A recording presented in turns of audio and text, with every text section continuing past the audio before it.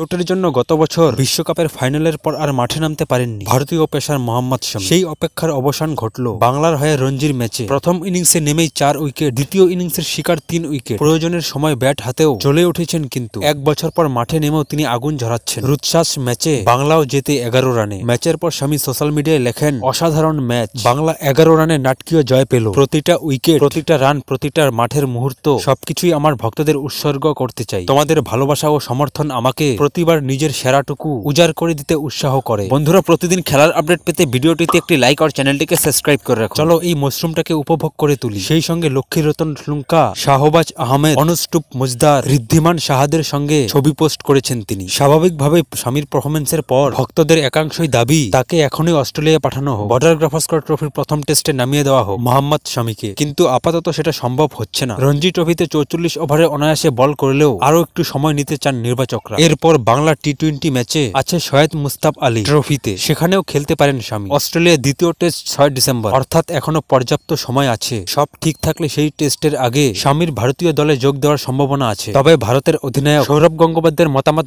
সম্পূর্ণ ভিন্ন। তিনি চান শামিকে দ্রুত অস্ট্রেলিয়া পাঠানো হোক। রেভ স্পোর্টসকে দেওয়া সাক্ষাৎকারে সৌরভ বলেন, আমি হলে অবশ্যই শামিকে অস্ট্রেলিয়া পাঠাতাম। ওর মুস্তাক আলীর ট্রফি খেলার দরকার নেই। যদিও ভারত টেস্টে খেলতে নাও পারে, তাহলে অস্ট্রেলিয়ায় যাওয়া দরকার। আজও ভালো বল করছে, শামির প্রটিক্সে থাকা দরকার। পরের টেস্টে শামিকে অস্ট্রেলিয়া পাঠানো উচিত।